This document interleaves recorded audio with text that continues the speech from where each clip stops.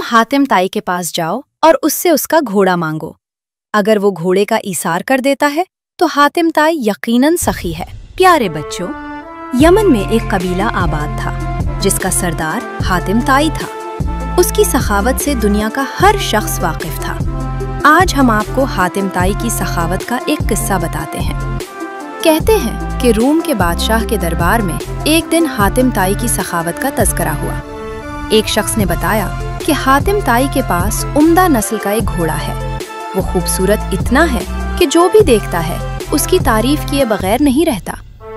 हातिम ताई की तारीफ सुनकर बादशाह ने कहा, जब तक किसी आदमी को आजमाया न जाए उस वक्त तक उसके बारे में कोई राय कायम करना अक्ल के खिलाफ है। बादशाह ने वजीर से कहा कि तुम जाओ और हातिम ताई की सखावत के बारे में हमें मालूमात फराहम करो और उससे कोई ऐसी चीज तलब करो जो उसके लिए सबसे ज्यादा अजीज और सबसे ज्यादा कीमती हो। आप इससे इसका तेज रफ्तार घोड़ा तलब करें।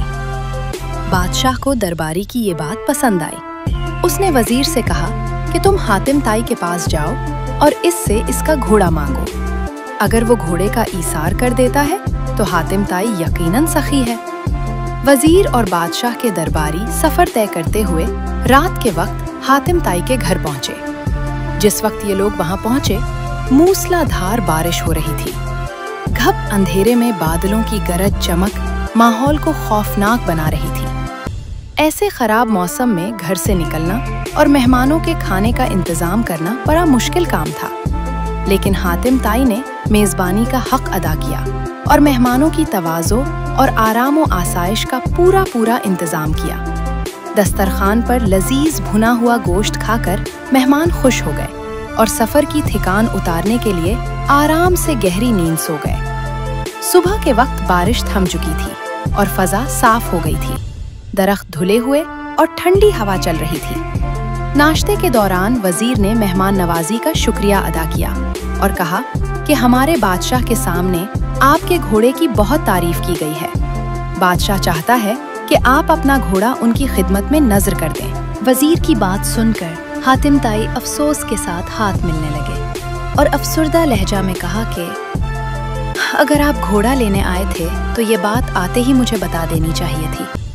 लेकिन अब मैं मजबूर हूँ इसलिए कि मेरा प्यारा घोड़ा इस दुनिया में नहीं है। पूरी रात तूफानी बारिश बरसती रही। मेरे लिए मुमकिन नहीं था कि इतने सारे लोगों वजीर हातिम ताई की ये बात सुनकर हैरान रह गया।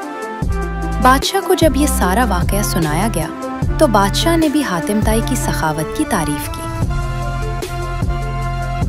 अगर आपको हमारी आज की कहानी पसंद आई हो तो हमारे चैनल उर्दू किस्से कहानियाँ को लाइक और सब्सक्राइब करना ना भूलिएगा और मज़ीद दिलचस्प दास्तानों और नए किस्सों की अपडेट्स के लिए बेल आइकॉन ज़रूर दबाएं ताकि हर नई कहानी सबसे पहले आप तक पहुंचे।